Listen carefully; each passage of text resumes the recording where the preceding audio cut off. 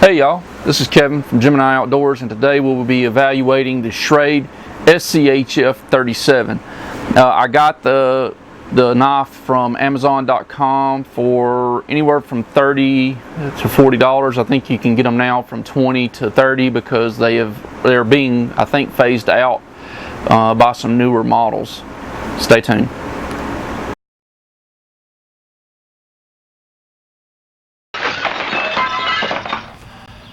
This is the Schrade Schf 37, or from here on what I'm going to call it, the Schrade Model 37 chopping test.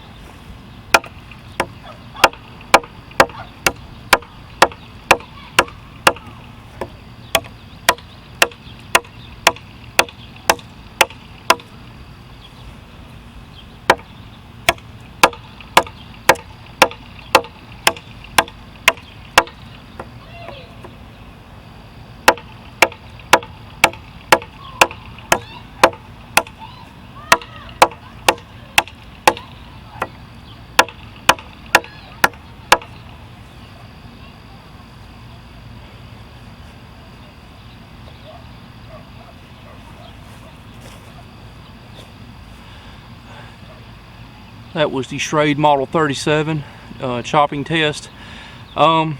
This knife had a little bit more problem going through it because the knife is only 7 inches long. The other two knives that I tested were over 9 inches a piece, so that's one reason why I had a little bit of difficulty, but it was just chewing it up too, so test is a pass. This is baton testing of the Schrade Model 37.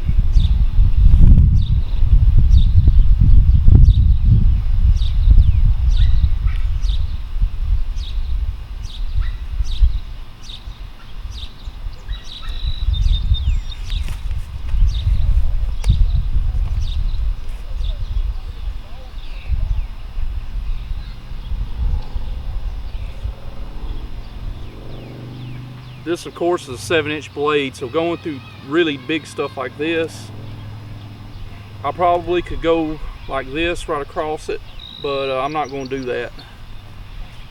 I'm going to go through this piece of wood here.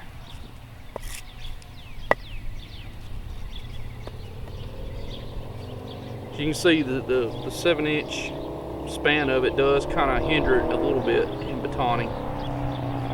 Let's see how it does here. A smaller piece of wood.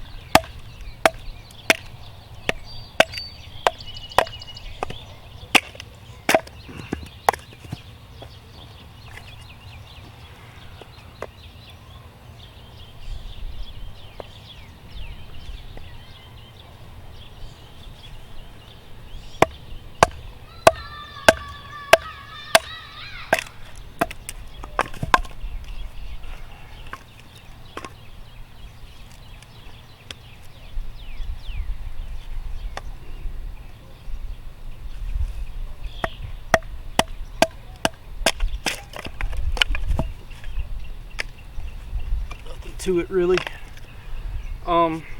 Just some observations from this knife is I noticed that the 7-inch blade, and this is the biggest one in this line, the longest blade in this line, to my knowledge anyway, and that 7-inch blade is going to hinder you from cutting into really thick logs, but these smaller ones it's having no problem with. So as far as the Model 37 is concerned, I would say it would pass on smaller logs, not the bigger logs.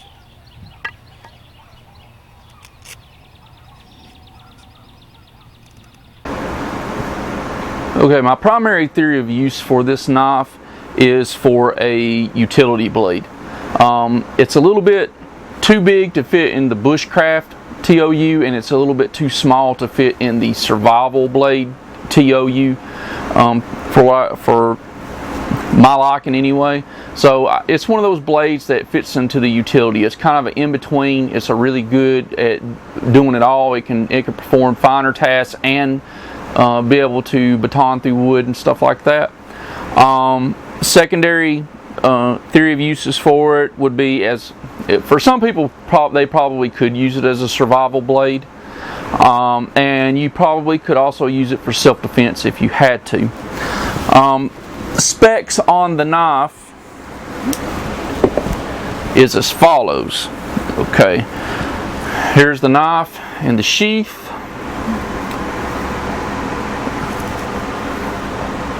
You can see here the weight on the knife is 1 pound 6 ounces including the sheath. Overall length is 12.25 inches. The blade length is 6.25 inches. The materials, the blade is made out of 1095 carbon steel, and the handle is TPE, and it is a full tang design. The sheath, it's basically a nylon sheath with a plastic insert or polymer insert. It comes, I like the sheath. It's all right. It's not the best thing in the world, but you know, it is what it is. It comes with a, if I can get them out. Let's see here we go. It comes with a fire steel, Schrade fire steel, which is actually a pretty good fire steel. And it also comes with a diamond sharpening stone. So and I just decided to leave this as one little kit together for just as a little knife kit. It performs very well in that role, so I just decided to leave it together and not really mess with it too much. Get this stuff put back in here. Positive aspects. It's a well-built knife. I like the thickness of the blade, which makes it very durable, I would say. It was very sharp out of the box. 1095 carbon steel blade batons well for a 6 and a 0.25 inch blade. It also carves and cuts well. I like the sheath that came with it, like I just said, and it comes with the, well, I've already covered that too, the diamond stone sharpener and fire steel. Moving on now to negative aspects, and it's a little heavy for a utility blade, but it's acceptable for such a well-built knife. I think it's probably one of the best utility knives I've ever used. I don't really like the jimping on the handle part. Let me show you that real quick. There's a jimping right here up underneath the bottom, and it really eats into your hand pretty good. I think that the jimping up top was sufficient. They didn't have to do the jimping on the bottom. No, it just kind of eats into your hand just a little bit, and it makes it kind of uncomfortable when you're batoning, because you feel that, you know, every time you take a liquid, you know, you hit the back of the blade, you feel it in the handle because of that jimping. If the jimping wasn't there, you probably wouldn't even notice it.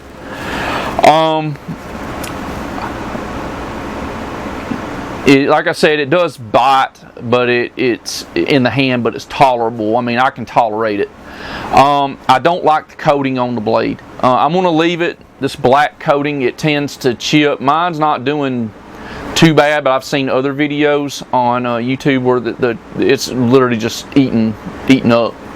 So mine's holding up right now. When it does eventually go off, come off of it, I'm probably going to either blue the knife or I will paint it in some way. But those are really the only negative aspects that I found. Word of mouth.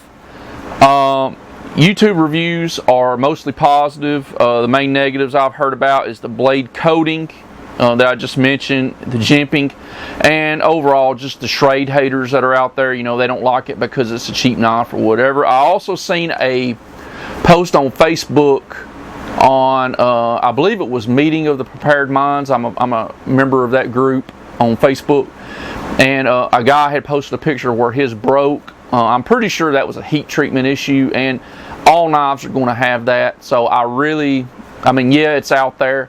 but for the most part, I haven't really heard, other than that one example, of these knives breaking. So if there's more out there, you know, they're out there, but that's the only one that I've seen so far.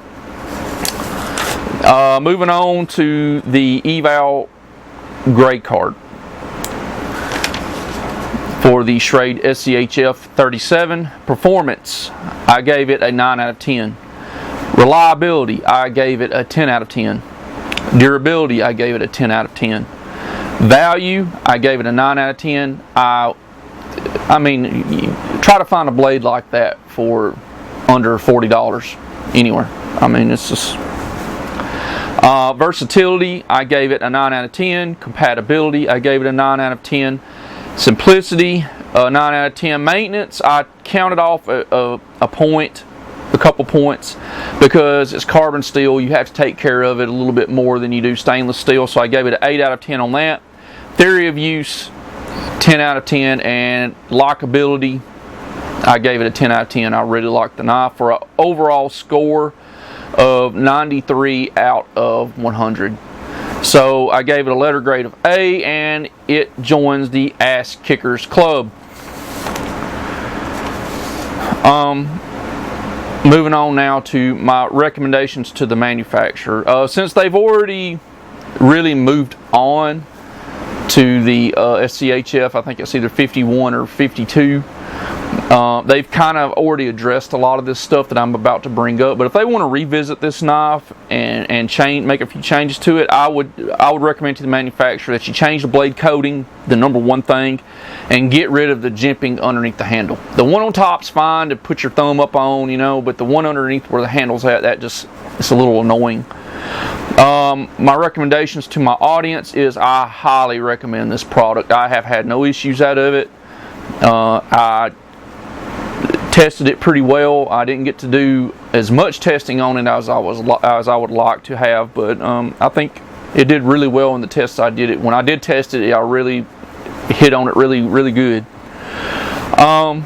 In closing, I mean, it's a well-built knife for the money. This is a perfect knife for those people out there who are just getting into survival and stuff like that. It's just a perfect knife to get started out on. If eventually you want to buy a more expensive knife, then I would say start off with a Schrade, because they usually make really good stuff, and for the price point, it's hard to beat them. Them and M-Tech are probably the two best ones I can say for budget-minded folks who want to get into survival and backpacking and different stuff like that. I love the 1095 steel.